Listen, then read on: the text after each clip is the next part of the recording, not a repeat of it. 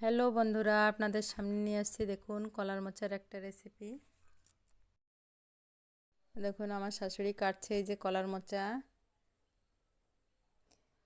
এর উপরের এই শক্ত কভারগুলো ফেলে দেবো। দেখুন কভারগুলো ফেলে দিচ্ছে। আমার শাশুড়ি কাটছে এই যে কলার মোচাগুলো, 3টে কলার মোচা নিয়েছে দেখুন। এই কলার মোচার ঘন্টটা খুবই টেস্টি হয়। এই কলার মোচাটা চিংড়ি মাছ কিংবা ছোটো মাছ দিয়েও রান্না করে খেতে পারেন, কিন্তু আমি এটা নিরামিষই করব। আমাদের কাছে এটা নিরামিষ খুবই ভালো লাগে। দেখুন এই যে কলার ফুলগুলো, এগুলো পরে বেছে বেছে দিয়ে দেব। এই শক্ত পাট সব ফেলে দিয়ে এর ভেতরে একটা নরম পাট থাকে, দেখুন সেটাকে এই যে আমার শাশুড়ি কুচাচ্ছে। এই নরম পাটটাই কুচিয়ে দিলে এটা গলে যায়, আর যদি শক্ত থাকে সেটা গলে না, খসখসে লাগে, ওই জন্য এটা শক্তটা দিই না।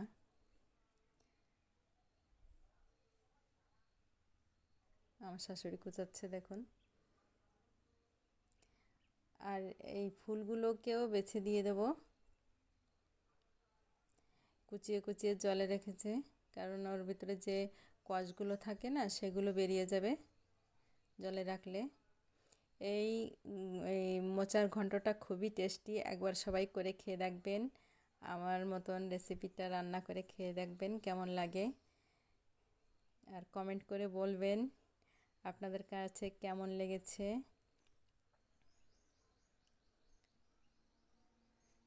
এই দেখুন এই যে ফুলগুলো আমি বাছছি, এই যে লম্বা যে একটা শীষ থাকে এটা ফেলে দিতে হয়, আর একটা প্লাস্টিকের মতন একটা কভার থাকে ওইটাকেও ফেলে দিতে হয়, কারণ এই দুটো শক্ত থাকে, ওর ভিতরে মুখে বাঁধে, ভালো লাগে না খেতে, তাই ওটাকে বেছে ফেলে দিতে হয়। মোচাটা কোটার সময় আমি আর আমার শাশুড়ি দুজনে মিলেই কুটি, কারণ এটা বাছতে হয় তো অনেক টাইম লাগে, ওই জন্যে আমি বেছে দিই আর আমার শাশুড়ি কুচায়।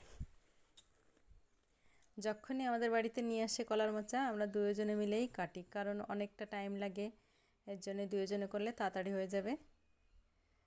দেখুন কুচিয়ে কুচিয়ে জলের ভিতরে রাখছে এই যে, তাহলে এর কষটা বেরিয়ে যাবে।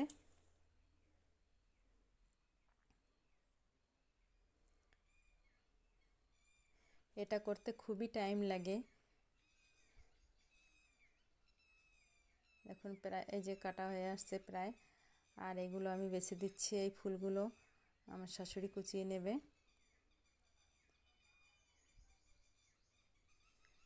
অনেকেই এই মোচাটা পুড়িয়ে খায়, পুড়িয়ে বাটা করে খায়, কিন্তু আমাদের কাছে এই ঘন্টটাই খুবই ভালো লাগে। এই ঘন্টটা করলে আর মাছ মাংস খেতে ইচ্ছা হয় না। আমাদের বাড়িতে আমার শ্বশুর, আমার স্বামী, আমার ছেলেমেয়েরা খুবই ভালো খায়। এই ঘন্টটা করলে আর কেউ মাছ মাংসের দিকে ফিরেই তাকায় না।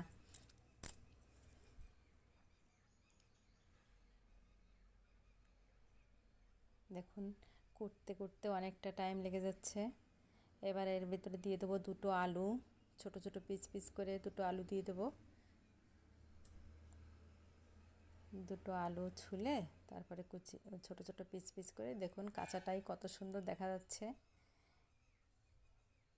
এবার আলু দুটো দিয়ে তারপরে ভালো করে ধুয়ে দুবার তিনবার তারপরে আমি এটাকে একটু সেদ্ধ করে নেব। দেখুন আলুগুলো দিয়েছে, এবার আমি এটাকে ভালো করে চটকে চটকে দুবার তিনবার ধুয়ে নেব। দেখুন কেমন কালো কষ জল বেরোচ্ছে। কষটা বেশি করে ধুলে কষটা বেরিয়ে আসে, সামান্য একটু নুন দিয়েও ধুলে ভালো হয়। দেখুন কেমন কালো জল বেরিয়েছে। আমি আরেকবার জল দিয়ে ধুয়ে নিচ্ছি। আরেকবার জল দিয়ে ধুয়ে তারপরে কড়াইতে আমি গরম জল বসিয়েছি, একটু সেদ্ধ করে নেব। এটাকে সেদ্ধ করে নিয়ে তারপরেই এটাকে রান্না করব। দেখুন সেদ্ধ করা সেই মোচাটা এই যে আবার আমি একটু এর ভিতরে ঠান্ডা জল দিয়ে ভালো করে চটকে চটকে ধুয়ে নেব, কারণ এর সব কষটা বেরিয়ে যাবে। কাঁচকলার যে মোচাটা হয় না, একটু কষ থাকে। দেখুন পেঁয়াজ, রসুন, আদা, জিরা এগুলো আমি শিলে বাটা করে নেব। আদা জিরে বেটে নিয়েছি, এবার পেঁয়াজ আর রসুনটা বেটে নেব। এবার কড়াইতে দিয়ে দিলাম তেল,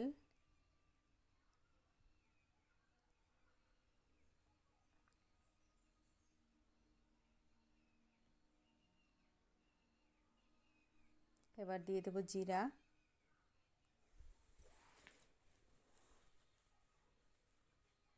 কয়েকটা শুকনো লঙ্কাও দিয়ে দেবো আস্তে আস্তে।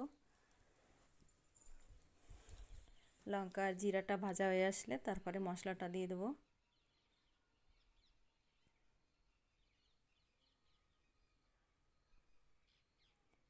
এবার সেই আদা জিরে আর পেঁয়াজ রসুন বাটাটা দিয়ে দিচ্ছি। এই মশলাটা দিয়ে একটু ভালো করে ভাজা করে নেব। মশলাটা একটু সুন্দর কষে নিয়ে তারপরে দিয়ে দেবো, নয়তো আপনার যদি দিয়ে আগে মোচাটা, তাহলে মোচাটার সঙ্গে মশলাটা ভাজা হবে না। এই জন্য আমি আগেই মশলাটা একটু কষে নেব। দিয়ে দিলাম হলুদ, এবার দিয়ে দেবো লবণ, স্বাদ মতন দিয়ে দেবো।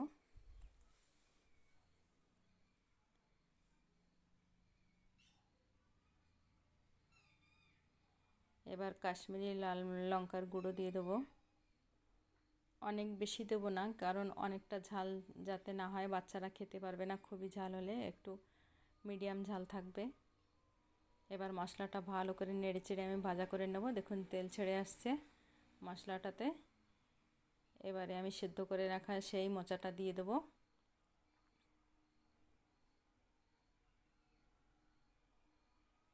এবারে নাড়াচাড়া করতে করতে আমার মোচা রেডি হয়ে যাবে। দেখুন একেবারে দেখেই লোভ লাগবে আপনাদের। দেখুন আমাদের মোচাটা এই যে নাড়াচাড়া করে রান্না করছি, হয়েছে না সুন্দর কালার? দেখতে কত সুন্দর হয়েছে দেখুন। একবার যদি খান এমন করে রান্না করে, মনে করবেন। এবার আমি এই গরম মশলাটা বেটে দিয়ে দেবো, আর স্বাদের জন্য একটু চিনি দিয়ে দিয়েছি।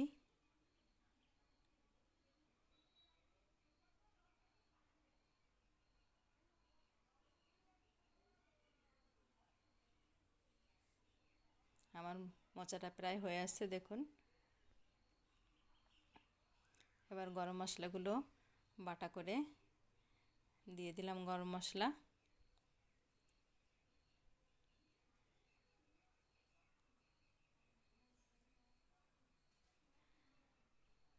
দেখুন প্রায় হয়ে আসছে।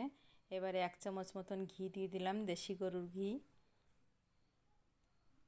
ঘি দিলে না এই মোচাটার টেস্ট হেব্বি সুন্দর হয়, হেব্বি লাগে। এই নিরামিষ আমি রান্না করেছি তো, একটু নামানোর আগে একটু ঘি দিয়ে দিয়েছি, খুবই টেস্ট হবে।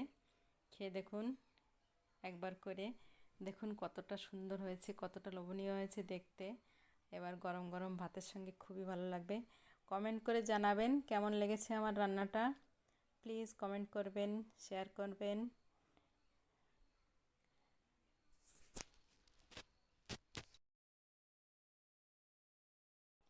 কেমন হয়েছে আমার রান্না প্লিজ কমেন্ট করে বলবেন।